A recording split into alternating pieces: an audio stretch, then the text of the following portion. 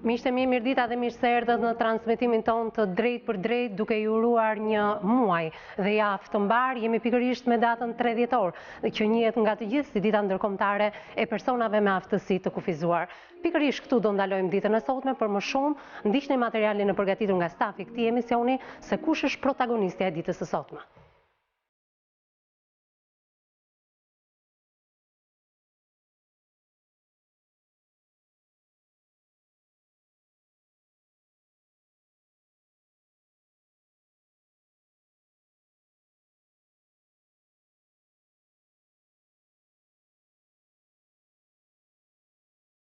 Sociale.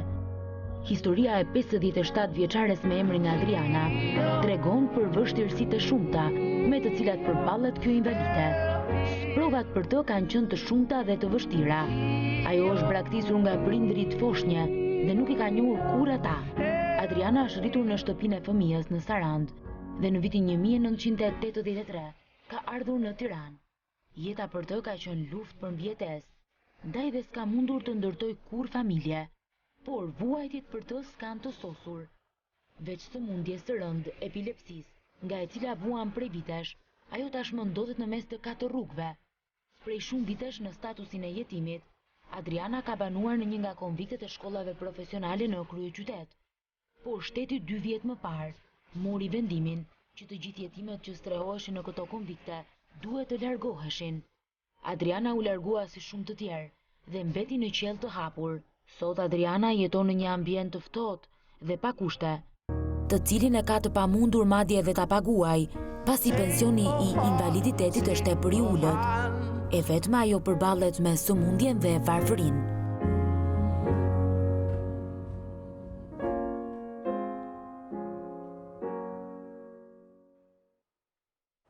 Kjo është historia e Adrianës tonë, e cila është 57 vjeçe, është jetime, e rritur në për jetimoret e Shqipërisë. Ajo në vitin 1983 ka mbritur në Tiranë dhe që në voglinë e saj, ajo ka qenë person me invaliditet të plotë. Do mësojmë hapa sapi historinë e dhimbshme të Adrianës dhe jo vetëm dhe target grupit që ajo përfaqëson, duke diskutuar edhe me të ftuarit e tjerë që kanë mbritur në këtë studio ekskluzivisht ditën e sotme, jo vetëm për Adrianën, por për të folur pikërisht për datën 3 dhjetor, si ndërkombëtare e personave me aftësi të kufizuar.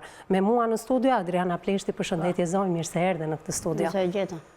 Faleminderit që vendose këtë ditë ta ndash me ne, kishe kohë që kishe bërë denoncimin pranë redaksisë të emisionit me Zemer të Hapur dhe të kemi përzgjedhur. Unë e kisha prit me këta se vuajtit e dim ne aty ku na pikon çatia. Mirë, do flasim hapa sapi. Ne ku na braktisën që na hoqën me polici. Ne u fusëm në ato ambiente që e pa atyve, ajo zonja e shkret më tha mu mos u fusë se nuk është e përshtatshme, po unë jam fut nga halli, se do isha në rrugë të madhe. Ju prej shumë vitesh ishit strehuar nga shteti shqiptar në për konviktet e shkollës teknologjike? Po. Kërkuam takim me Rionvedien, nuk ka takim me Rionvedia, thoshe. Ne gjithë jetimet që kemi qenë të teknologjikja, gjithë në rrugë të madhe janë zonja Eli. Aty ku i pikon çatia nga jashtë i hyj brenda. Se s'kena pas asnjë lloj prekraje, asnjë lloj ndihme, e një përbuzje të papar që vetëm ai te Zoti ka një shpresë. Mirë, do përmbledhësh të gjitha emocionet e di që jeni në një vështirësi të madhe, jo më kohë të kemi marrë ditën e sotme në këtë studio dhe të kemi përzgjedhur enkas për 3 dhjetorin. Ti e di që sot është dita ndërkombëtare e personave me aftësi të kufizuar, por ju keni qenë e destinuar të vuani që 2 muajshe kur prindit vendosën të braktisnin. Mirë. Pas pak me ty, zonja Adriana, për të mi shpjeguar hapa sapi gjithë jetën tënde prej 57 vitesh, dhe nuk ishte se si të mungon të pikërisht në ditën ndërkombëtare, miqtë e mi të personave me aftësi të kufizuar, personi i parë që i ka besuar këtij transmetimi të drejt për drejt, besoj njihet nga të gjithë ju, tashmë ai e shikon dhe flet për të drejtat e njeriut dhe veçanërisht të personave me aftësi të kufizuar, për të disatën herë i kthehet në studion e emisionit ton, Sokol Murata, jurist. Përshëndetje, mirë se erdhe, Sokol. Përshëndetje. Faleminderit, kënaqësi që të kam në rolin e bashkëpunëtorit tashmë në studion e emisionit Me Zemër të Hapur, kur përmendim personat me aftësi të kufizuar. Çuditërisht, djali trimërosh nga Fieri, i cili kreu një aksident në Greqi vite më parë, madje për shkak të këtij aksidenti ju keni humbur familjen tuaj, ish bashorten, por edhe djalin që vinte nga ajo martesë, dhe përsëri ky emision u bë shkas për një çerdhe të lumtur, dashurie dhe për krijimin e një familje siç keni ju së bashku me bashorten tuaj dhe me djalin tjetër. Faleminderit që je me mua në këtë studio, Sokol. Faleminderit dhe juve. Sot është një ditë e shënuar. 3 dhjetori është dita ndërkombëtare e personave me aftësi të kufizuara. E caktuar nga Kombet e Bashkuara si një ditë për të kujtuar jetët, vuajtjet, të drejtat e personave me aftësi të kufizuara në gjithë botën.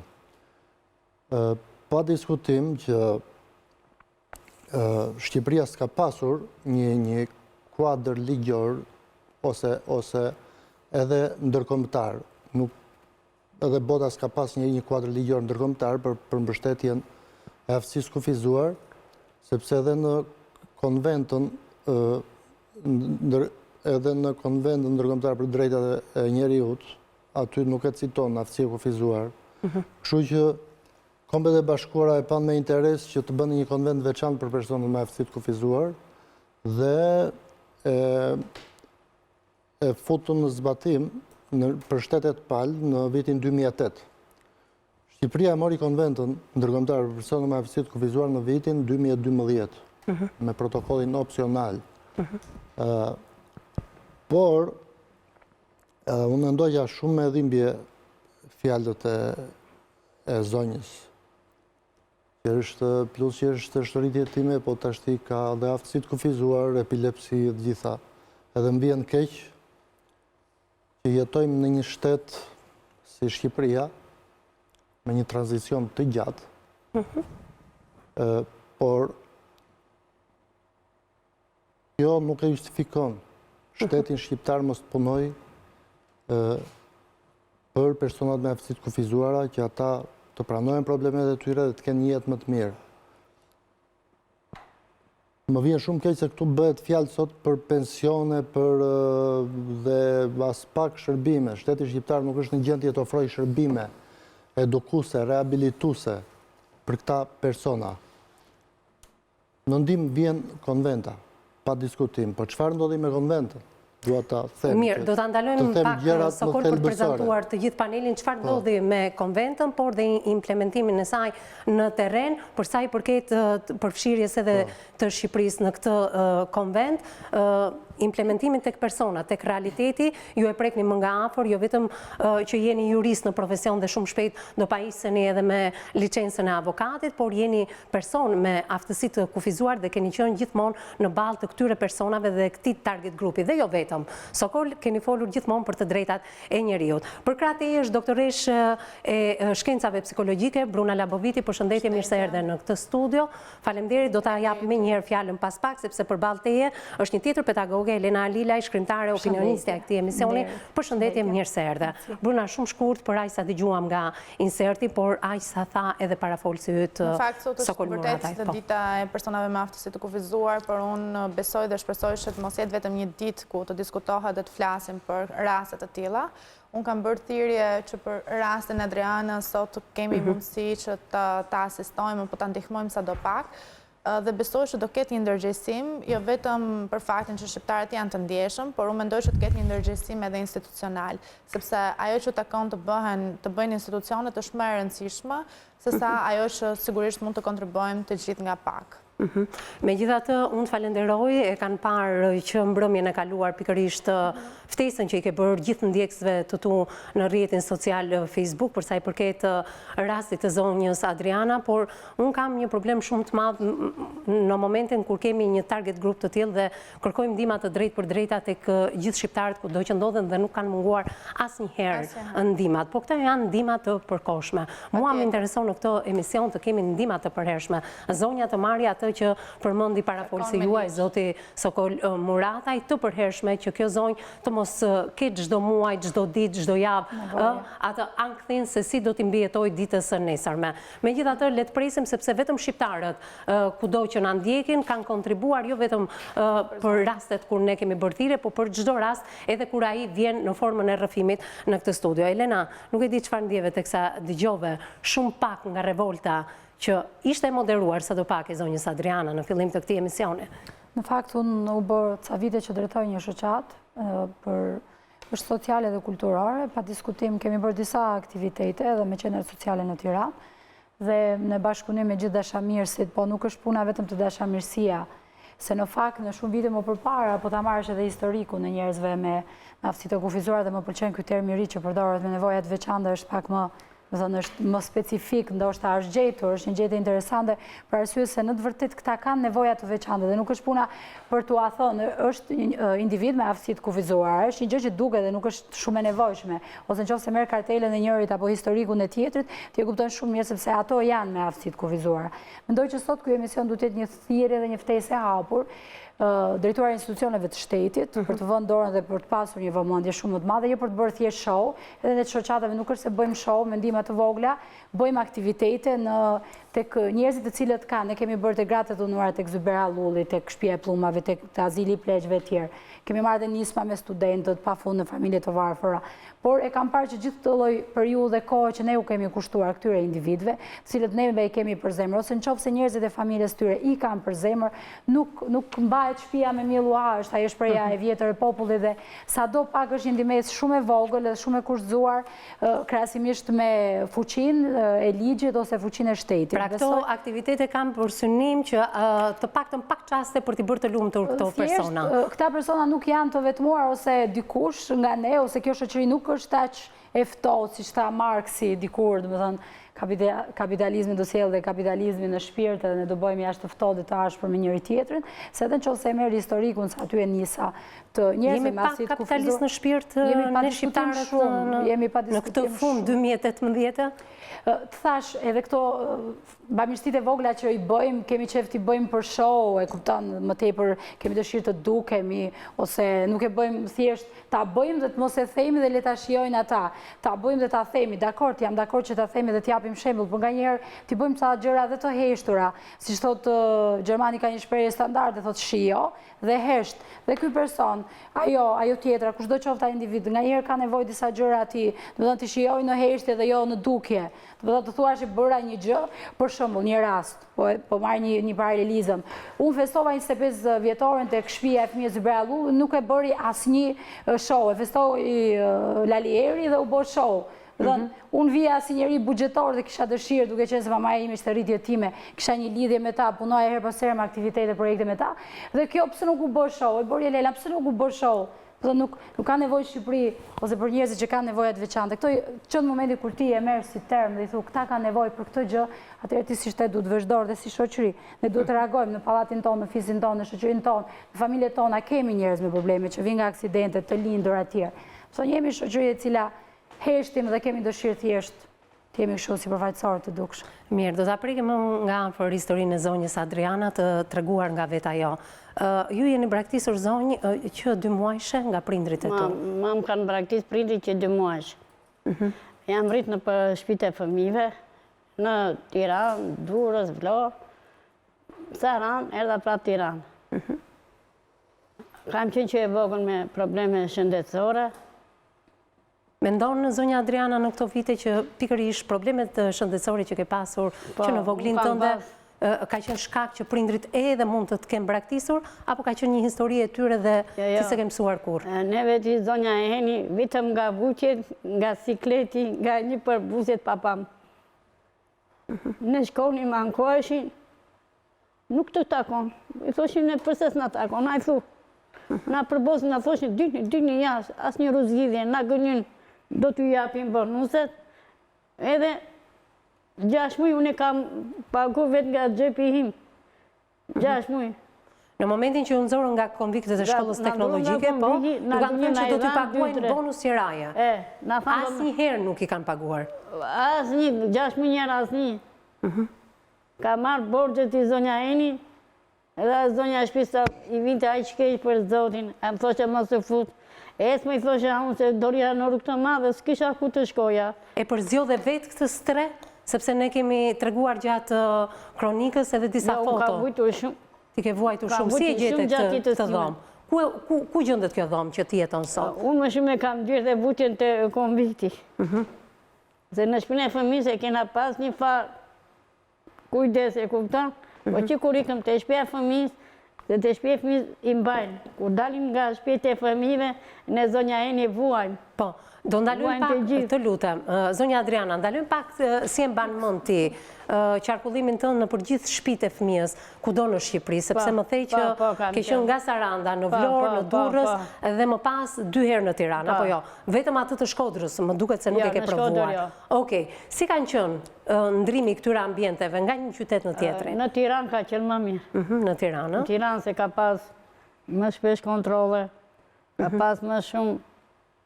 Në atërë kohë, në atërë në rrifshin, kuptan. Kanë përdorur dhunë atë kohë? Në kanë përdorur dhunë, po s'kishte telefona me i marti, zonja Eni. Emi ke shtrajtu jashmase se vetëm me i Zot e di. Jeni ke shtrajtuar në atë kohë? Unë po thëmë 7 herë elektroshot kam bërë. Kam qënë në neurologji, jam unë vakati 5 të poshtë. Thashtë i them jetës lam të mirë. Kur ka ndodhur ky episod? Kur keni qenë në shtëpinë e fëmijës apo mbasi dole? Kur ka qenë te konvikti. Kur keni qenë ke konvikti. Po mirë, unë do fokusohem pak tek jeta në për shtëpitë e fëmijës. Si ka qenë jeta në shtëpitë e fëmijës? Në shtëpinë e fëmijës na mbani një çik e parasysh se ka qenë kujdestar, ka qenë. Nuk ju keq trajtonin, besoj. Jo, vetëm na rrishin këto gocat, e parasysh na detyronin çau bë. Vajzat e rritura, kupton? Me njëra tjetrën? Me njëra tjetrën, po. Dhe ta ankoheshin për shembull, vinte darka prapi, vinte dajaku. Deri në çfarë moshe ke jetuar në shtëpinë e fëmijës? Në shtëpinë e fëmijës, me thënë drejtin, zonja Eni se kam kalu dhe paralisë, kam deri në 79 dhe kam qënë të shtëpia fëmijës. Deri në vitin 1979? Pa.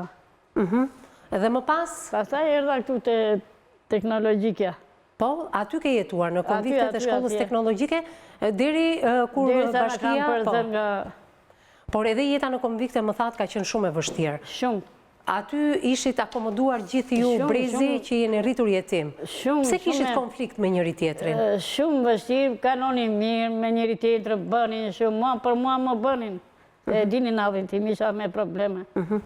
E që ku na kanë zirë, po thënë të gjithë në rrugë të madhe, me këto bonuzet. Vim të bëjmë dojnë takim, ja. Kam bërë një letër, nuk më ka arë përgjigja në kryeministri. E mërë atë sekretaren, më thotë mua, nuk jam në punë.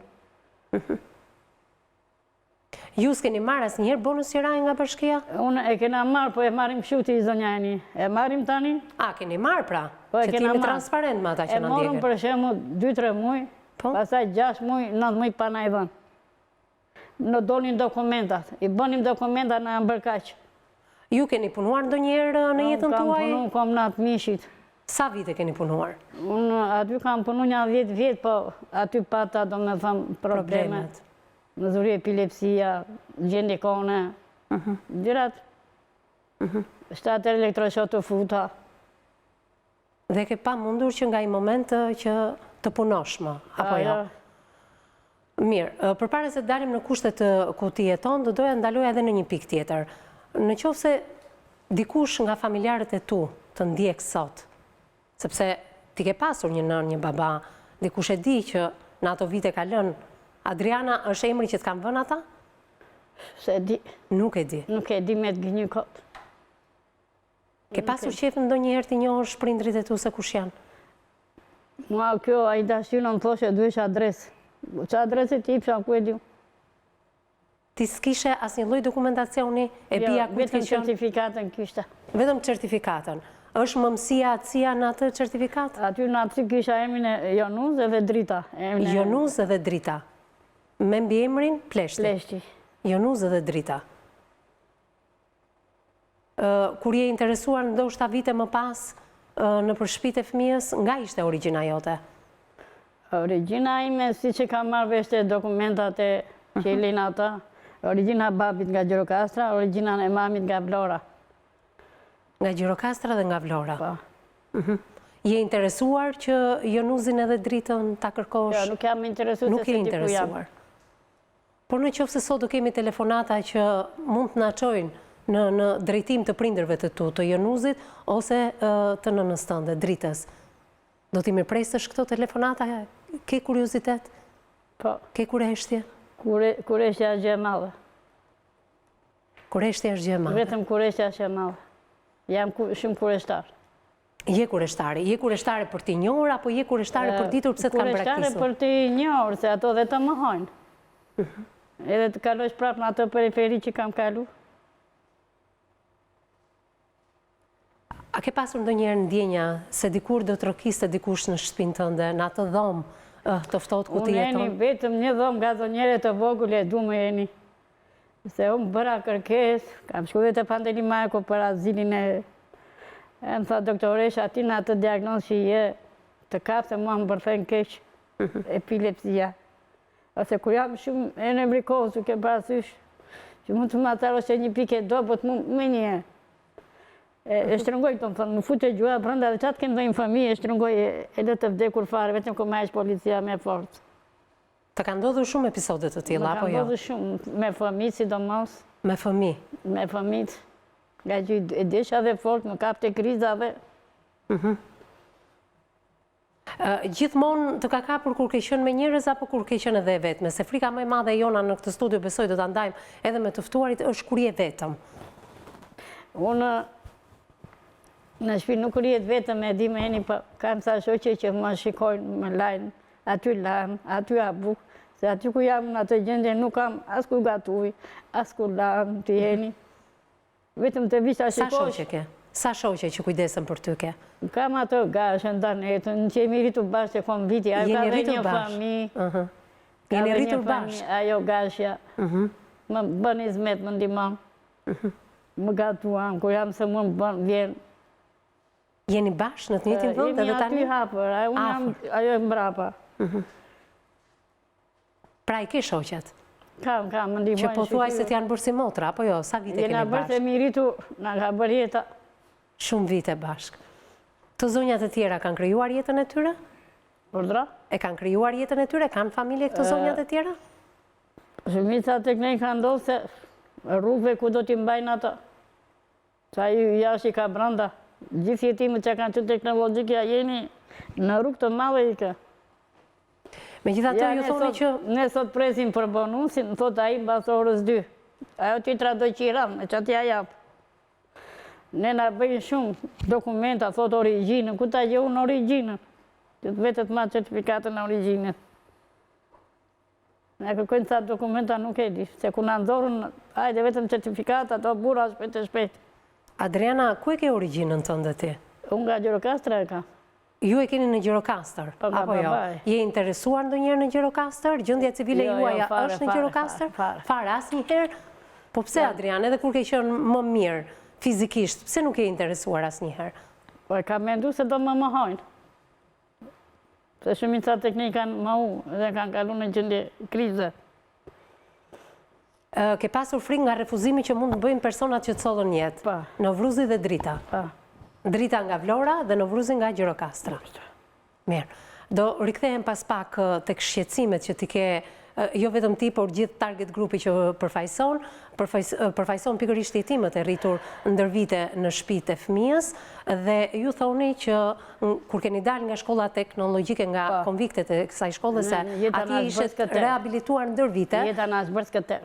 Jeta ju është bërë skëter sepse nuk e merrni siç duhet bonusin e qeras. Është kështu apo jo? Të japësh bonusin në qira gjesësh. Se ajo shkreta s'kafa, e shkreta posja, më së fut, po isha në jashtë, në rrugë të madhe dhe jam fut nga alvi ati. Gjithë në rrugë të madhe i kemë me zotjajni. Ja, tani ato du kontrata si japin. E të bësh një kontratit të bëjt një mbledhje, pas ta marrës bonusin. Me ne nuk e ka qa shteti fare. Mirë. Rikthehem pas pak me historinë e Adrianës, fillimisht një spot i shkurtër publicitar.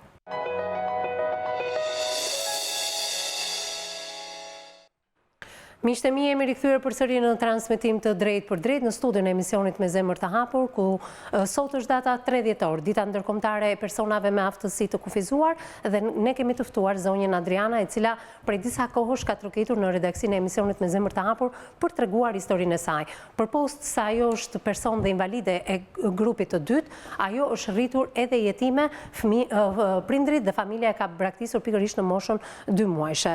Zonja Adriana, në këto momente dëshiroja të pyesja, në gjithë të vite, në 57 vitet e tu, ti the që nuk jam interesuar kur për familjen time. E di që baba i quhet Novruz dhe është me origjinë nga Gjirokastra, nëna quhet Drita dhe është me origjinë nga Vlora. Nuk i kam kërkuar për shkak të refuzimit që mund të më bënin ata mua. Po kur shoqet e tua kanë trokitur dhe i kanë gjetur prindrit dhe prindrit kanë refuzuar, si ka qenë situata e tyre? Si janë ndjer ato? Nuk e di nga që dhe si nga ka rritur dhe ato e kam për problem që së të kam gjë. Të ti mund të më njofësh, të thua që është nëna ime, edhe më honë. Pra shoqet e tua kanë mundur t'i gjejnë prindrit? I kanë gjithë dhe e kanë më hu, edhe asë bërë më. Në këto 57 vite, ke një moment, ndoshta që ti e kujton me nostalgji, që është momenti bukur që ti mund të thuash, po, unë jetën time kam kaluar një moment të bukur. Unë po të regoj histori njerës që kur vajtëm të konvikti, aty mu përbalu një qikjeta shumë, e vështirë. I kam përbalu çdo gjë vetë, me siklete, me probleme, me ave. Njeri nuk kam patur. Edhe vetëm shpresë kam pas në ata i Zotë. Kur ka një shoqja ime që më ka fu te kisha, aty ka ndjerë një ndjekëzimi, që më ka folë për Zotin, aty si ku qilirova pak. Pra, pa më thoshe mos e mbaj mëndë, unë në mbaja, se mërzitjet, konvikti, në ata ambinte që kemi qenë, njeris në ka parë, në ka nërë, kush do në ka arë, fjallë e mi në ka thënë, edhe gjë nuk kanë bërë. Pra, ato kohë, kur ishe praktikante dhe shkoje në kish, mban mend se ke pasur momente të gëzuara brenda vetes tënde. Po, aty te kisha pata shifja kështu gëzim, ku më takonin, ku më afroshin. Kisha shumë e kënaqësi, më afronin, më nxinin për kafe, për kështu. Pra, pe vëmendje ndaj teje. Ti gjatë gjithë jetës tënde prej 57 vitesh nuk e pasur asnjëherë vëmendje të të tjerëve, apo jo? Se edhe shoqet, sa shoqe jeni rreth e rrotull? Jemi gati, gjithse kemi qenë 30 veta, po unë aty kam një 5-6 veta kam marrë. 5-6 veta. Me këto 5-6 shoqe që jeni, bëheni më bashkë, apo hallet dhe problemet nuk ju lënë? Qaj mavet me njëri tjetrin. Unë e mi pim në një kafe, dalim, se çdo bëjmë mërzitja bën ato të vetën. Kush është objekti bisedave të tua me shoqet? Objekti bisedave me shoqet është, nuk e di si do vej kjo puna jo, kam thënë. Se di si do zgjidhet kjo punë. Se shkojmë edhe kërkojmë për sociale, thot jo. Të rrim aty pingull që të marrim përgjigjen, sjedhim policin. Kur bëjmë i bashkë, grupu na përzëjnë. Nuk na japin asnjë lloj përgjigje. Pra ju edhe kur bëheni bashkë, flisni çdo ditë vetëm për hallet tuaja? Po, gjithë hallet. Më thej që shumicën e kohës e kalon me shoqet, është kështu apo jo? Dhe besoj se kjo është terapia më e mirë, që mund të, edhe pse flisni për hallet, është mirë, që brenda 24 orëshit pjesën më të madhe e merr me shoqëri.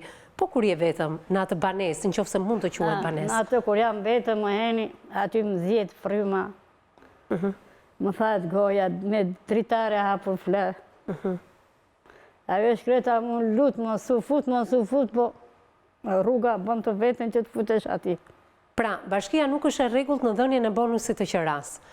Për post kësaj duhen dhe shumë dokumentacione njëherë në sa kohë. Që ju, të paktën ti vetë, personalisht e ketë pa mundur për t'i grumbulluar. Njëherë në sa kohë duhen këto dokumenta?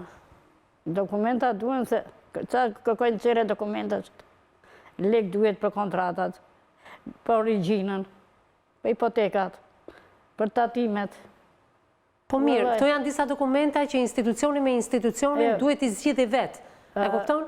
Po, certifikatat. Të gjitha këto duhet ja servirës... Ne kena bërë vetë. Ti, njësisë administrative, apo jo? Unë jam të duhet ja qosh ti?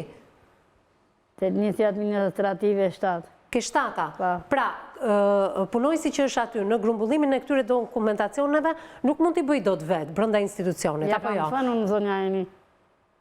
Ja kam thënë, për certifikatat të japim pa mua, kurse ato të tjera du t'i këshim marrësh vetë. Kurse po originë më thoshe mu të bësh kërkesë të bashkia. Edhe varë kur vjen, varë kur del fondi, varë kur bërë dedhja. Aktualisht që flasim, është data 3 dhjetor, mund të më thuash sa muaj ke papaguar bonusin e qëras? Unë në lanë 6 muaj të i zonja Eni dhe i kam paguar vetë me borgje. Ta shi presë marë bonusin i nuk nga ka dalë akoma. Po kujt ja merë borgjë për atë? Kush të jebë sot borgjë? Ja u je bashkia borgjë? Pa, jo borgjë. Borgjë kujt ja merë një? Ja ka marë një shoqësime. Oke. Ajo të pretë për këtë borgjë që i ke marë? Po tani kam thonë kur t'i bëj. Kur t'i bëj, zonja Eni, s'kam sa të bëj. Mirë, ju më thatë që jeni 4-5 shoqe. Ato të tjerat janë të martuara, kanë kryuar familje? Ato kanë kryuar me fmi. Janë me fmi? Po nuk i kam ca burat. Disa prej tyre nuk i kanë bashortët. Pse janë divorcuar, janë... Qëfar kanë? Ka sa që i kalon që në bakun e nanës. I kanë braktisur. Shumë e vështirë që jetimët të kryojnë familjet e tyre. Pse kështu? Shumë, shumë.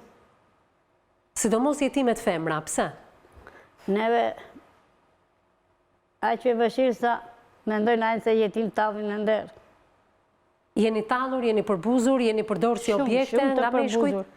Jashtë mas e përbuzur. E mos o themo, shumë. Ti vetë ke tentuar, ke imagjinuar ndonjëherë të kishe familjen tënde? Unë jeni, mua dhe zonja Adriana më ka kërkuar me bërë roman. Unë aqë qef kisha me kryu familje, po shëndeti të bretë. Që të martojmë dhe që bësh izmet. Si bëjdo të më kam që shumë.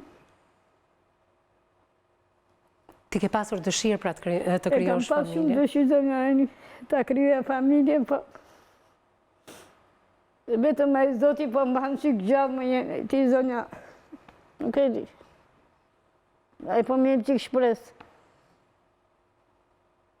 Mirë, dua të largoj pak nga këto emocione që i ke përcjell deri tek ne, nuk dua të lodh shumë të kam pyetur, por je pak sa e rezervuar. Përpara se të kaloj pyetjen tek të ftuarit, mi dua të kaloj vetëm tek doktoresh Bruna. Bruna, në fakt kemi një target group që sado që unë pyes apo e rrotulloj pyetjen për të mësuar diçka më tepër nga zonja Adriana dhe target grupit që ajo përfaqëson janë shumë të rezervuar për të zbërthyer edhe me gazetarët, por edhe me audiencën që e ndjek. Pse ndodh kështu? Në fakt, është një rast tepër emocional, dhe thoya unë, e ka prekur edhe ne që jemi këtu, po më besoj edhe shikuesit e emisionit. Sigurisht që kanë problemet e veta edhe në aspektin psikologjik, një target grupit tillë sigurisht që ka një jetë të vështirë, ka bërë një jetë të vështirë më përpara. Ne nuk mund të mendojmë që zonja Adriana ka pas një jetë të mirë dhe ka arritur në këtë gjendje. Sigurisht që gjitha pasojat vinë se rezultati i keq jetesës edhe pa mundësisë ndoshta edhe për të siguruar edhe bukën. Pra her pas here mund të ketë menduar edhe për mbijetesën. Ajo është për shumë qartë që ka pasur edhe rast kur ka menduar të vetvritet, ka pasur edhe raste të pashpreshmërisë, ka edhe raste të cilat sigurisht nuk mund të do të mbijetojnë nëse nuk merr një ndihmë të cilën i takon. Ktu kemi një rast, po themi, tepër delikat, sepse nuk lidhet vetëm me faktin që kemi një person me aftesi të kufiuzuar ose nevoja të veçanta ndryshe, por kemi edhe një rast që duhet të gëzojë statusin e jetimit, edhe ka institucionet të cilat duhet ta dëgjojnë këtë rast dhe sigurisht të marrin masat edhe në aspektin ligjor që zonja Adriana të gëzojë të gjitha të drejtat që i takojnë me ligj për të përkrahur nga institucionet shtetërore.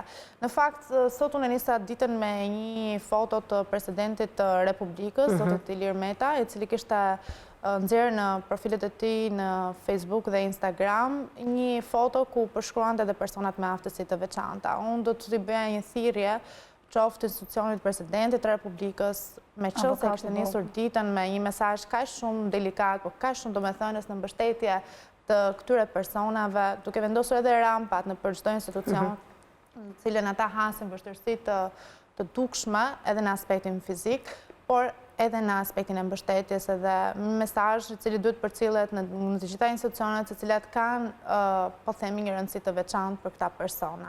Falenderoj Bruna, por puna është që të paktën vëmendja e gjithë shoqërisë shqiptare, por sidomos edhe gjitha këtyre institucioneve që ti citove dhe përmende në komentin tënd, duhet jenë të fokusuara për gjatë gjithë ditëve të vitit dhe jo në një ditë të veçantë si 3 dhjetori. Edhe në her pas here historitë e jetimëve, historitë e personave me aftësi ndryshe, gjithmonë i sjellim si pjesë e fokusit e emisionit tonë. Por, edhe ditën e sotme ne i bashkohemi thirrjes dhe revoltës së brendshme që kanë këta persona. Dhe jo më kot kemi personazhin, por kam edhe një panelist specialist ftuar në këtë studio që është ikona e shembullit të mirë të frymëzimit për këta persona. Prandaj, a duhet që çdo ditë ne të kemi në fokusin tonë, në vëmendjen tonë, shoqëria të bëhet jo kapitaliste në ndjenja, siç përmendi Elena pak më përpara, jo kaq të ftohtë, jo kaq neglizhent, jo kaq indiferent ndaj këtyre personave, po t'jemi të vëmendshëm çdo ditë. Por mendoj që në ditët e sotme është rritur shumë niveli i vështirësive,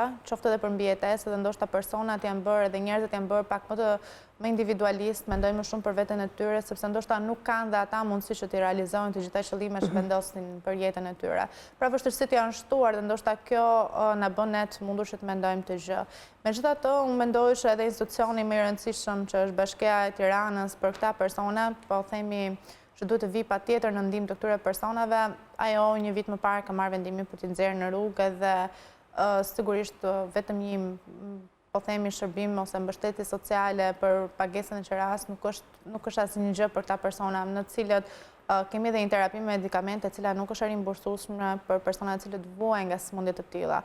Kështu që sigurisht nëse bëjmë një aritmetik të thjeshtë se sa ndihmë sociale merr zonja, sa shpenzime ka për medikamente, vetëm për medikamente. Le të jemi transparente dhe ta pyesim zonjën. Po patjetër. Ju paguani si invalide grupit të dytë, më fal, Bruna, zonja Adriana 180.000 lekë të vjetra, më the. Është kështu? Po. Merr si invalide grupit të dytë. Po.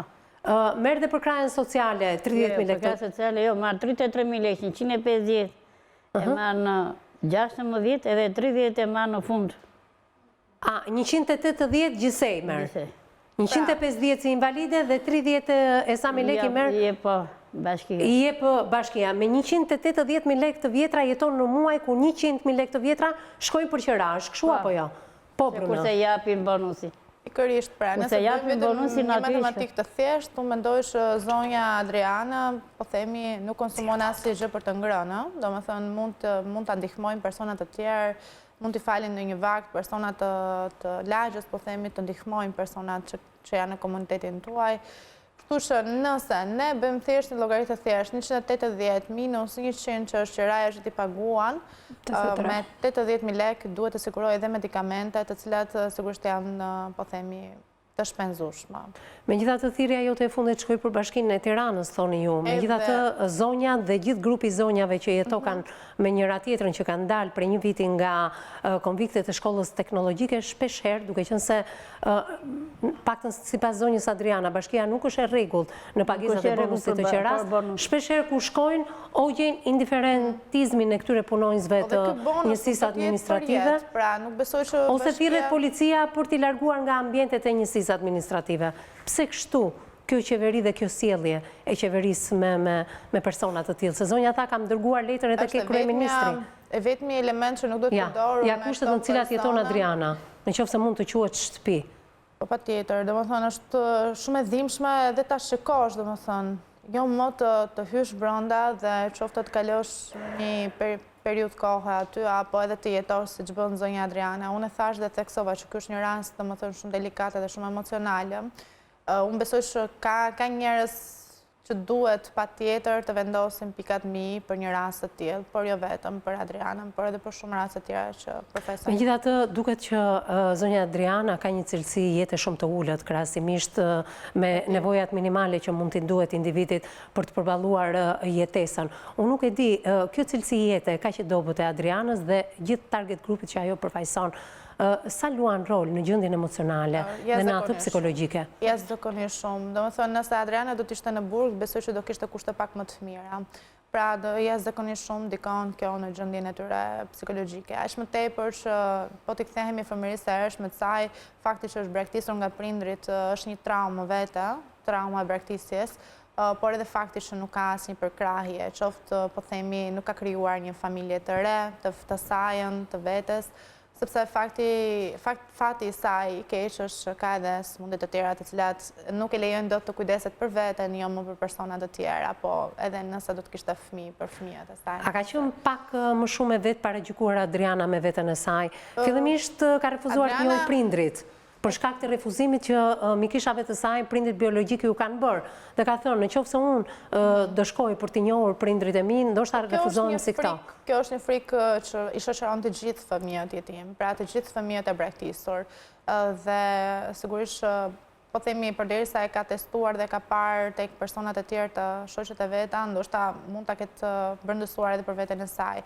Megjithatë, unë do të thoja që asnjëherë nuk duhet të kemi frikë të përballemi me origjinën tonë edhe me faktin që ndoshta ata dy prindër mund të kenë pasur arsye shumë delikate. A është vonë për të reaguar babai dhe nëna biologjike në qoftë se ekzistojnë në këtë jetë? Asnjëherë nuk është vonë për të vendosur ose familjarët e tyre? Absolutisht. Unë mendoj që edhe në këtë moshë është Adriana dhe me këto nevoja që ka, ndoshta një familje e re të cilat ata mund ta kenë krijuar, disa vëllezër, disa motra që Adriana mund t'i ketë, mund t'i shërbejnë si një mbështetje, sepse fundit kur shteti ka braktisur këto persona, të paktën të mendojmë që mund të kemi edhe një shpresë, po themi, për vendosjen e marrëdhënieve dhe kontakteve me familjen biologjike. Përpos frikës që Adriana ka pasur se mos refuzohej nga ana e prindërve biologjik, unë pash edhe për te i dëshirës së madhe për të pasur një familje të saj bashkëshor dhe fëmijë. Dëshira ime më e madhe, por nuk e kam tentuar absolutisht asnjëherë. Sepse ajo është seroj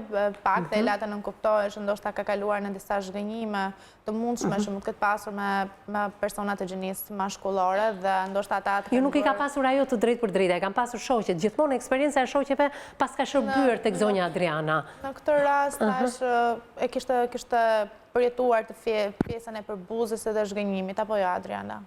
Edhe në pjesën e dashurisë dhe të krijimit familjes ke pësuar një zhgënjim veti personalisht? Unë vetëm nga kurrëshja kam dashur të kërkoja. Jo, në marrëdhënie me meshkujt, thot doktoresh Bruna. Në marrëdhëniet me meshkujt, ke dashuruar dikë? E kam dashur. Por nuk e ke lënë thjesht në stadin në njohjes, apo ke shkuar edhe më tej? Jo. Vetëm thjesht e ke njohur. Ata disfat, dashurova, unë dava. Ke pasur disfat? Probleme shëndetësore. Vetëm për shkak të problemeve shëndetësore. Dhe nuk tentove më të dashuroje përsëri. Ky person, kur mësoj që ti vuaje dhe kishe probleme shëndetësore, të braktisi? Më tha, nuk do vazhdojmë më. Nuk do vazhdoni më. Ky zotëri ka krijuar familje sot? Se di. Nuk e di. Pra në një farë mënyrë... është treguar i sinqert, duhet themi. Të ka buzëqeshur fati këtu. Këtu në këtë drejtim të ka buzëqeshur fati sepse është treguar i sinqert se mund të kishte ndodhur edhe më keq. Po Bruna.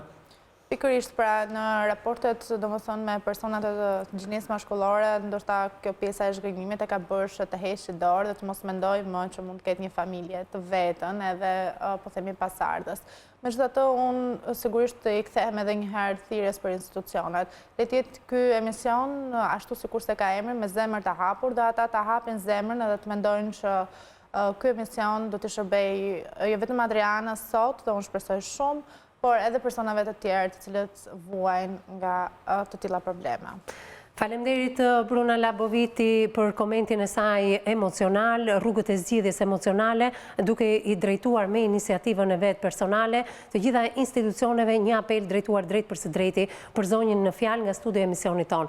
Ndërkohë ne do lançojmë publicitet dhe më pas do rikthehemi me rrugëzgjidhjet ligjore. Është zoti Sokol Murataj dhe më pas opinionistja jon Elena Lilaj, të cilët ende nuk kanë dhënë komentin për sa i përket rastit konkret.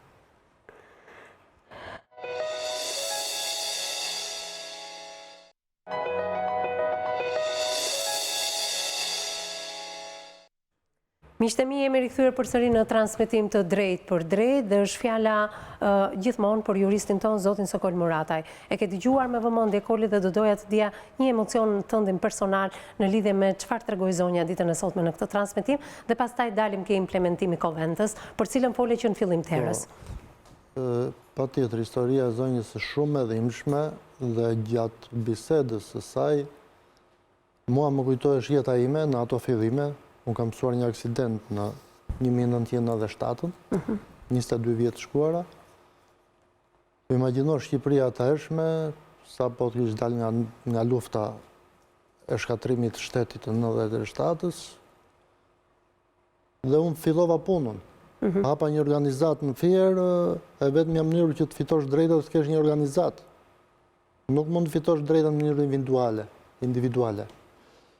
Dhe nuk kundava. Pavarësisht se më shkatruan 2 familje, kur pësova aksidentin, fillimisht i trisht. Kur shikoj sot, kanë kaluar 20 vjetë dhe jemi në një situatë të ngjashme me 20 vjetë shkuara është qiket mërshme, që themi, ne 2 hapa para, 1 hap para dhe 2 hapa mbrapa. Si shtet. Por ja dola. Ja dola sepse ika nga Shqipëria, u ratisa nga Shqipëria në vitin 2001, pash që nuk po më mbështes të shteti, dhe po dhe atje luftova për drejtat e mija të gjithve, për të drejtat e të gjithë personave, dhe mora një shërbim rehabilitus. U ktheva në vitin 2004, dhe asnjëherë nuk kam hequr dorë. Ne shqiptarët jemi të mirë, fillojmë gjëra, punojmë, po ne heqim dorë. Kjo është e keqja jonë.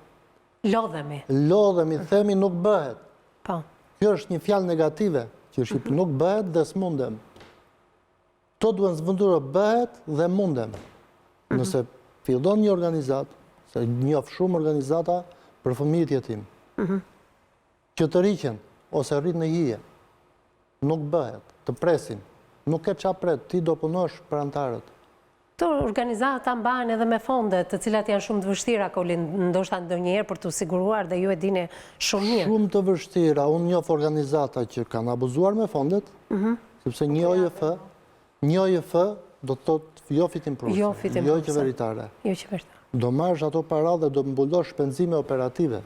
Për komunitetin. Për komunitetin. Jo të hapësh shoqata për të përfituar pastaj dhe për të bërë i pasur. Kam parë organizata të këtyre kategorive.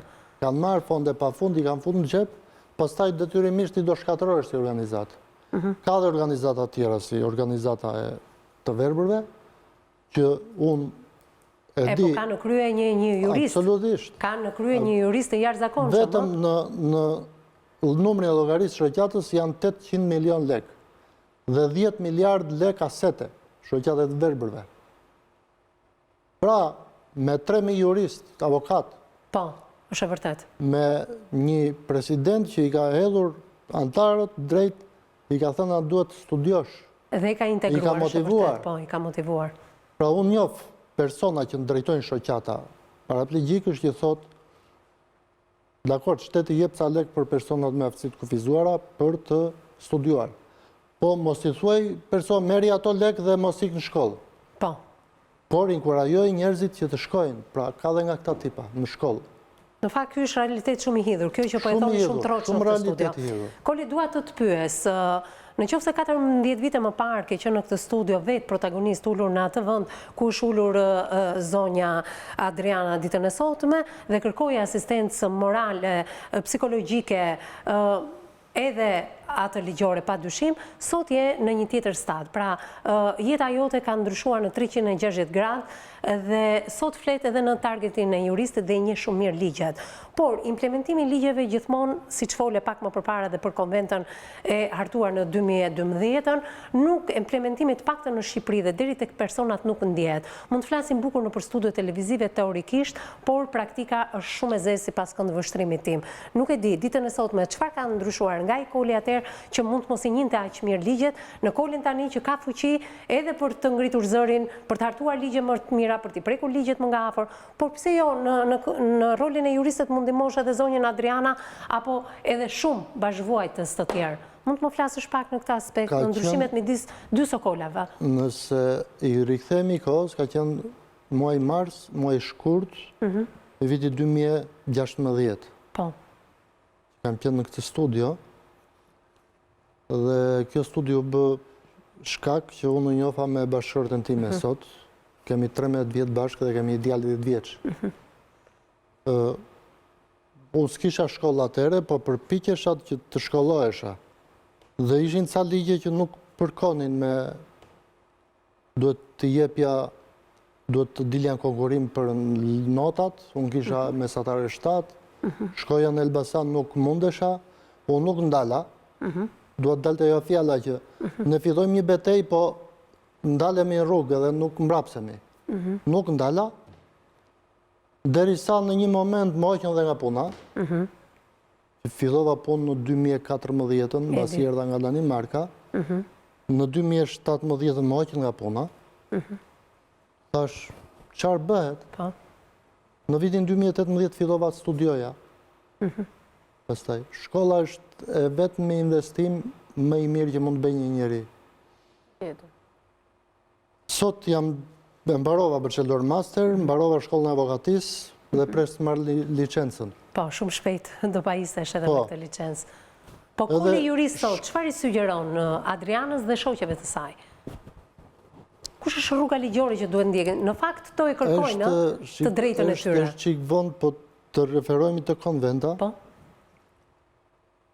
Shumë shtete i kanë bërë ligjet pa miratuar konventën. Dhe po ta marrim Danimarkën, që unë kam kontakt, Holandën dhe shumë shtetet tjera nuk e kanë konventën, nuk e kanë ratifikuar sepse ata i kanë arritur standardet dhe s'kanë që duan konventën.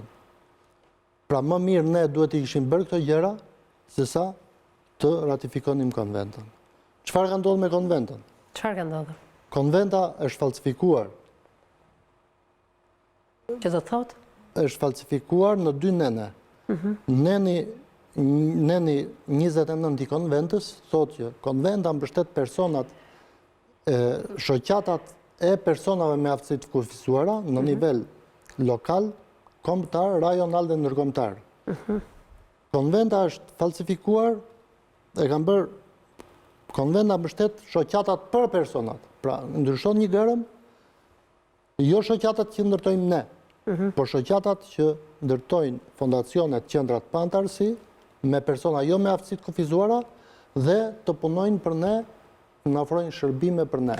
Ky është i lapsus përkthimi apo është i lapsus i qëllimt? I qëllimshëm dhe shumë kriminal, sepse kanë anashkaluar aftësinë e kufiuzuar, dhe ne kemi dalë me një argument, o zotërinj, po mirë, më mirë është arrisi nëna fëmijën apo njërka, apo më mirë të vish të kruash ti kokën time me dorën tënde, apo unë me dorën time.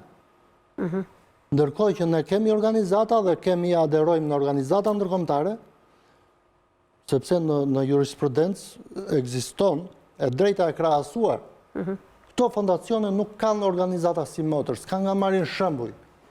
Pra gjithçka është bërë për përfitime personale. Dhe çfarë kanë bërë? Kanë bërë një ligj, ligji 221, që jep të drejtë kryeministrit të krijojë intelektual, si thonë, ku e kam? Jo, rrjetin e të gjej personat për këshillin kombëtar. Edhe këshillin kombëtar e kanë shuajtur të aftësisë kufiuzuar. U çregistrua këshilli kombëtar i aftësisë kufiuzuar ka 2 javë. Dhe ne kemi ngritur këshill të ri me disa organizata të tjera. Duke qenë se kemi... Sipas ligji 221 thoni ju, vetë kryeministri duhet të përzgjedhë personat e këshillit kombëtar, të personave me aftësi të kufiuzuar. Apo i rekomandon kryeministri? Jo, zgjedh ai pa ato njerëzit që duhet të jenë pjesë e këshillit ndërdikasterial për personat me aftësi të kufiuzuara. Po ku qëndron e keqja sipas jush? Po nuk jemi ne. Po. E keqja është se këto janë organizata biznesi. Që marrin fonde për shembull. Kohët e fundit flitet për 20 milion euro që këto organizata i marrin nga Bashkimi Evropian dhe fonde ndërkombëtare. Për shembull, 6 milion euro janë për aksesin në turizëm për aftësinë e kufiuzuar. Po çfarë ndodh? Që ta them në aspektin si argument, si jurist. Tani personat me aftësi të kufizuara nuk punojnë, shumica. Çfarë pushimesh do bëjnë ata? Kur ata s'punojnë. Unë vetë kam qenë. Nuk janë dhe të smur. A mund të bësh i smur pushime? Në aspektin se pagat sa janë. Pastaj, a do vinë turistë të huaj?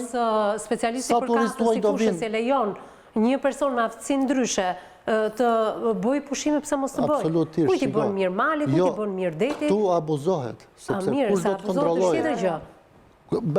Sepse los bara e rënduar. Nëse një ramp ose të rregullosh një institucion kushton 5.000 euro, ti jeve 15.000 euro. Po mirë përzihet në individëve nga kryeministri për këshillin kombëtar të personave me aftësi të kufizuar që vinë nga biznesi, nuk e shikoni si një të mirë ju? Se personat që vinë nga biznesi dhe përzidhen nga kryeministri për këshillin kombëtar të personave me aftësi të kufizuar, mbështetja e biznesit është shumë e mirë për target grupin që ju përfaqësoni. Shqipëria nuk ofron shërbime rehabilituese me trajnim biopsikosocial. Për shembull, zonja kërkon një trajnim biopsikosocial.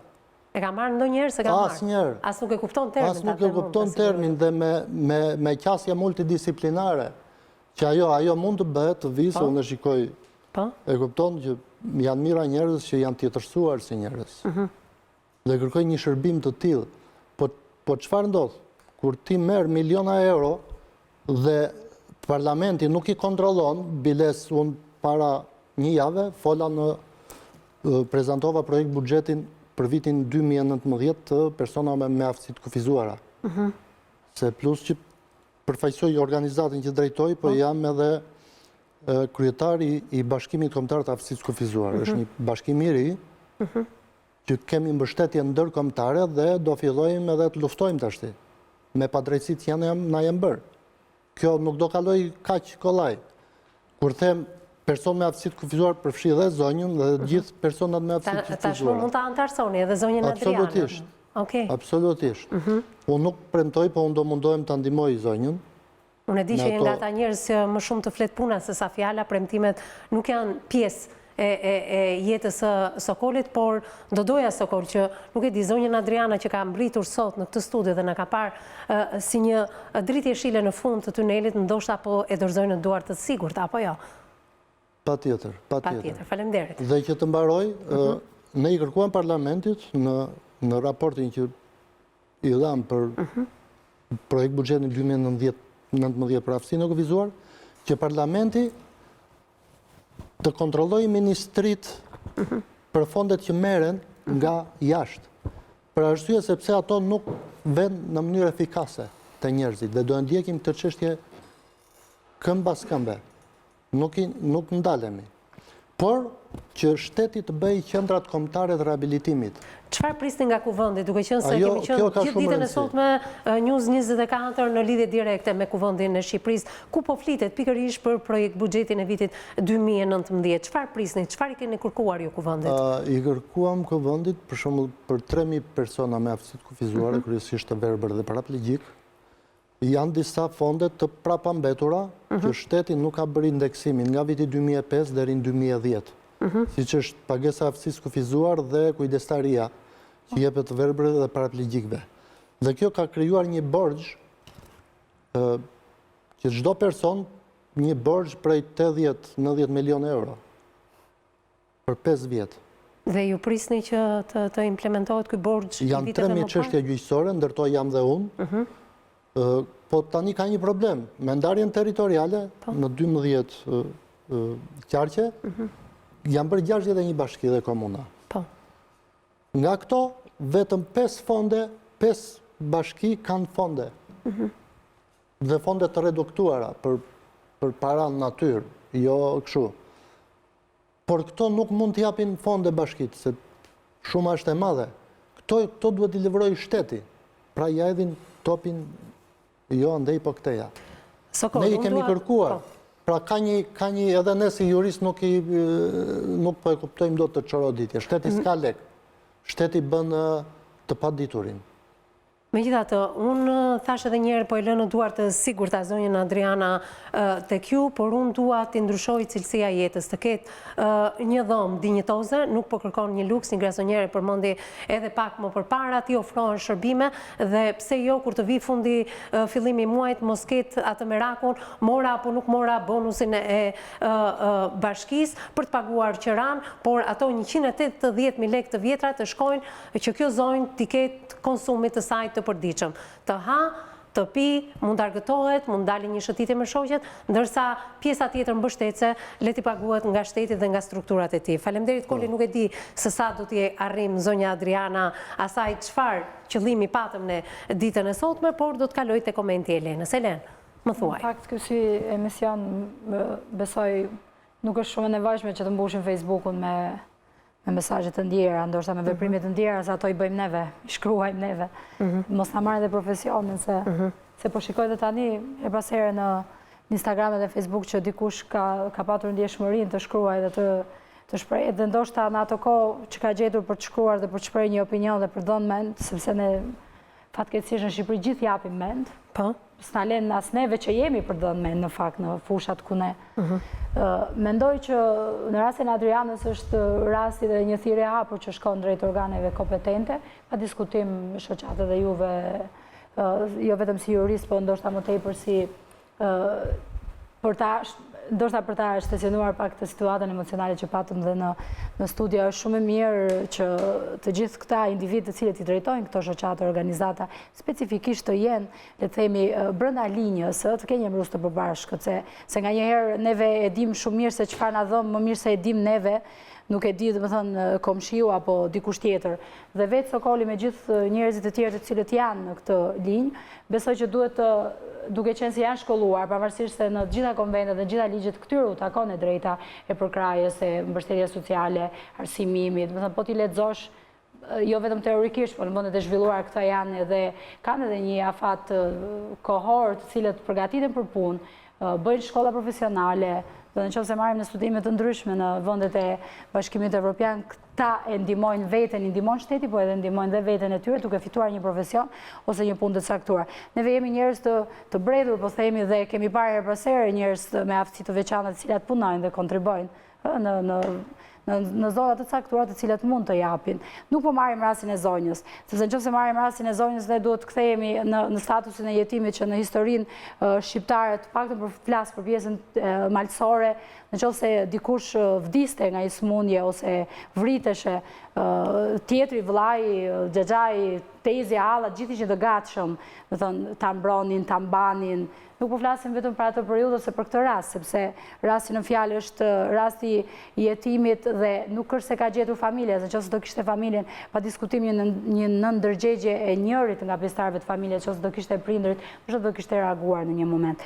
Dhe zonja është pothuajse në moshën e mamas time, dhe nëse në kushte të tjera do ishte një zonjë produktive, siç janë gjitha zonjat me të cilat ne bashkëjetojmë. E vetmja gjë është se kjo është shumë e dhimbshme si situatë, ku neve jetojmë në një shtet kaq demokratik, ku kemi pafund fonde dhe projekte nga gjitha qeveritë, edhe qeveria që është tani dhe qeveria që ishte më parë, për të bërë show, për të bërë shumë aktivitete të ndryshme, që ndoshta ose për të reaguar për LGBT-n, se publikisht jam kundër atyre, pavarësisht se si mund të reagojnë tjerët, neve reagojmë shumë shpejt ndaj këtyre, e mbushim Facebookun, Instagramin, shkrime, gazeta, media, bëjmë gjithë. Tek e fundit ata janë për një dëshirë të tyre, jo për një nevojë. Dhe kur kemi raste të tilla, që thash që kemi gjithkund, nuk është se ne ngrihemi. Problemi qëndron edhe tek ne si shoqëri. Nuk është se nëse ne nuk bëhemi gjithë bashku edhe brunat e tjerë, gjithë grupi psikologëve, neve që kemi shoqatat, nuk e ngrem zërin dhe nuk afrohemi, edhe me bamirësitë e vogla, gjithë kemi mundësi. Nuk besoj që ka një individ që të lej një drekë ose një darkë ose një robë tjetër të bukur dhe mos të kontribuojë të personi që ka afër. Neve përtojmë kur na thrasin në seminare psikologët, na thrasin sociologët. Neve nuk e dim se çfarë ndodh atje me ata, nuk e dim se çfarë ndodh te dera tjetër e komshiut. Nuk e dim, se kemi dikë i cili është shumë i nevojshëm, ka një nevojë shumë të madhe për një gjë e cila nuk të duhet ty. Vetë Sokoli duhet të jetë nismëtar dhe e përgëzoj edhe për fatin e mirë që ka patur edhe nëpërmjet kësaj studio, që ka ndërtuar, ka rindërtuar shumë e vështirë me tulla të thyer, apo themi të ndërtosh një qati të qëndrueshme, siç keni bërë juve, dhe kjo është një shembull shumë pozitiv. E ndoshta Nasradini ka një shprehje shumë bukur që thotë, e thonë Nasradini, e përdorin në gojdhënat, se tani do flasim pak dhe për pjesën letrare, kur kush ka thy këmbën, të vidhe të më shikoj. Nuk besoj, do të thuash ti është Nasradini dhe ai ishte gënjeshtar. Nga njëherë, në qoftë se flasim për këtë ndjenjën e brendshme, në fakt, Sokoli dhe këto grupe sociale dhe bruna, dhe njerëzit që merren drejt për drejt me nevojat e veçanta të tyre, ndoshta janë njerëzit kryesor, cilët duhet i drejtojnë. A jemi ne të ndjeshëm si shoqëri, Elen, ndaj këtyre fenomeneve, në qoftë se pronari e shtëpisë ku jeton zonja Adriana, apo gjithë komuniteti i zonës ku banon zonja Adriana, të ngrej zërin dhe t'i bashkohet thirrjes tonë, apo qoftë edhe këtyre shoqatave që ju përmendet dhe organizatave ditën e sotme. Nëse bëjmë kurrë këtë gjë, sepse të gjithë banorët e zonës në qoftë se do trokisten në njësinë administrative për të drejtat e kësaj zonje, duke ju bashkuar kësaj zonje, unë besoj se do kishte një tjetër jetë zonja Adriana, po themi në përgjithësi, por ne jemi shumë indiferent. Ne shikojmë kur fëmijët e vegjël dënohen nga prindi, ne shikojmë kur një grua dënohet nga bashorti dhe nuk arrim të ndërhyjmë apo të thrasim qoftë edhe policinë në ndihmë të tyre.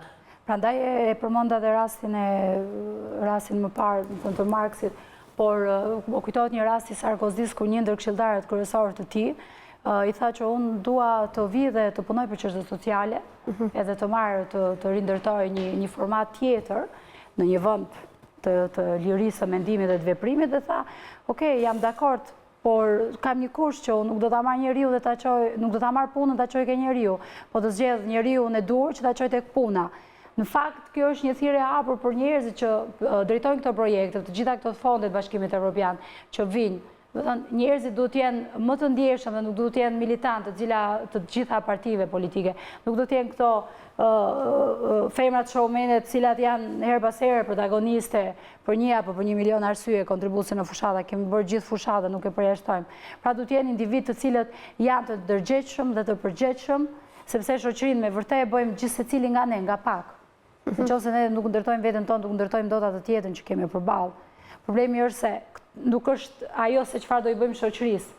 Neve nëpërmjet emisionit dhe nëpërmjet emisioneve pafund që bëjmë kështu teorira në ajër, se jemi teoricien të gjithditur, nuk e bëjmë dot këtë emision. Neve bëjmë këtë lloj misioni të juaj nëpërmjet emisionit Zemer të Hapur, e bëjmë vetëm duke i drejtuar një letër publike të hapur, një thirrje publike të hapur, qoftë presidentit, kryeministrit, që njerëz kompetent duhet shkoj një individ i cili është kompetent që dita bëj atë punë. Jo të jetë një individ i cili është një domate që mbahet pas një kunji, pas një druri që është partia në pushtet ose miku, komshiu, daja, nipi e tjerë këto historitë pafund, edhe e marrim dhe bëjmë drejtues të një institucioni. Fjala fundit se kemi kaluar, jo, dua të bëj pyetje. Kërkesa ndaj institucioneve shtetërore. Si mund të ç'bëhet një herë mirë situata, të mos kemi persona me aftësi ndryshe apo jetim apo të kujt target grupi qoftë që vjen në këtë studio dhe thotë, dëgjoj, jeta ime është kjo, unë nuk mundem më, sa herë shkoj në institucione më mbyllet dera, ju lutem më ndihmoni. Të mos vi më njëri në këtë studio për të kërkuar pra të drejtën që e kërkon, por që i mbyllën vazhdimisht dyrë. Si mund të ç'bëhet kjo situatë? Ose e ndryshoj pyetjen, nëse kjo zonjë do ishte qoftë edhe në shtetet fqinj, në Greqi, Itali apo kudo qoftë, si do ishte jeta e saj? Do ishte kjo që absolutisht ndryshe. Ndryshe. Do kishte të gjitha drejtat shërbimore, do kishte të drejta, të gjitha mjekimin do ta merrte falas pa diskutim. Shteti gjerman në momentin që ti nuk shkon dhe të bësh vizita 3 mujore, të penalizon nga rroga, nga privilegje që ti përfiton, sepse thotu nuk dua, madje shteti gjerman mbahet si një ndër shtetet që ka njerëz me probleme të veçanta në numrin më të ulët, sepse i diagnostifikon që herët. Nuk mund të bëjmë ne krahasimin, ne jemi shumë vite larg, domethënë. E vetmi aftesë është që gjithë këta ndërtues, gjithë ta përfitues të fondeve ose të tenderave të shumë për ndërtimin e pallateve, shteti ti kurszoj, siç i kurszon në bizneset, që u thotë do bëni edhe aktivitete të tjera ose do jepni bamirësi, ti kurszoj dhe gjithë këta pallate, gjithë këta ndërtime që bëhen, të jetë specifikisht për njerëz që për jetima të shkojnë realisht në këtë target group, sepse diskutim të shkojë tek shteti deklaron që një ligj i tillë ekziston. Një herë në kushtet në cilat jeton, unë nuk besoj që ka ardhur një person për nga bashkia, kanë ardhur, kanë parë Adriana ku jeton? Për të parë kushtet... Më kanë edhe ato të mini bashkisë dhe shtata, dhe konvikti. Dhe kanë parë kushtet Po të shpia jo. Te shpia ku jeton tani? Ke një vit aty? Ke një vit aty dhe askush nuk ka pritur nga njësia administrative. Ja kuptohet. Jo, vetëm të konvikti më Më duhet ta mbyll. Më duhet ta mbyll, faleminderit Elena, po. Mesazhi është që jemi pak më të ndjeshëm, pikërisht pra të bëjmë atë që vërtet... Po prap thirrja shkon për teleshikuesit, Bruna. Do me thënë, ndihma gjithmonë na vjen nga teleshikuesit, nga ata që na ndjekin në transmetim të drejtë për drejtë. Nga institucionet... Nëse kontribuojmë për një shoqëri më të mirë, sigurisht që do të kenë edhe produktivitet. Nëse nuk kontribuojnë, atëherë sigurisht do të kthehet nesër mbrapa. Falenderoj Helenën, falenderoj Brunën, falenderoj Sokolin për prezencën në këtë studio. Foli pak Sokoli i tërhequr, e kemi të nënkuptuar ndihmën e drejtë për drejtë që do vinë nga Sokoli. Zonja Adriana, në këtë ditë që ju përket juve, duke parë ke kamera përballë teje, çfarë do t'i thojë të gjithë atyre që kanë në dorë të ndryshojmë fatin e jetës tënde, sidomos Bashkisë së Tiranës dhe gjitha institucioneve të tjera? I uroj sikur dhe një dhomë të vogël të ma japin, po të paktën të kemë dhe kushe brenda, asnjë gjë si kërkoj. Thjesht një dhomë. Buke vaj me krypta ha vetëm të kemë ato 4 muret e shtëpisë. Faleminderit Adrian që në këtë 3 dhjetor ishe me ne, faleminderit për këtë mesazh shumë domethënës drejtuar drejt për së drejti nga kjo studio, faleminderit miq që na keni ndjekur drejt për së drejti në ekranin e televizionit News 24, vazhdoni na ndiqni në rrjetet tona sociale në Instagram dhe në Facebook, emisioni me zemër të hapur, kjo është faqja e Instagramit, ndërkohë regjia më ndihmon të nxjerrim edhe faqen tonë të Facebookut, kjo është faqja jonë e Facebookut, jepni ndihmat tuaja të drejt për drejta, por edhe komentet tuaja lidhje me temën e ditës, në këtë faqe Facebooku bëni dhe denoncimet tuaja për të bërë pjesë e emisionit tonë. Ndërkohë na ndiqni edhe në agjencinë e lajmeve Balkan Web, gazeta shqiptare online. Për gjithë ju që nuk keni pasur mundësi ta ndiqni se kush është historia e ditës, na ndiqni edhe në kanalin tonë zyrtar në YouTube, News 24 Albania, klikoni tek emisioni me zemër të hapur dhe gjeni të përditësuar çdo puntat të këtij emisioni. Kjo është faqja zyrtare edhe në kanalin tonë në YouTube. Bashkë takojmë nesër në mesditë, deri atëherë miru takofshim.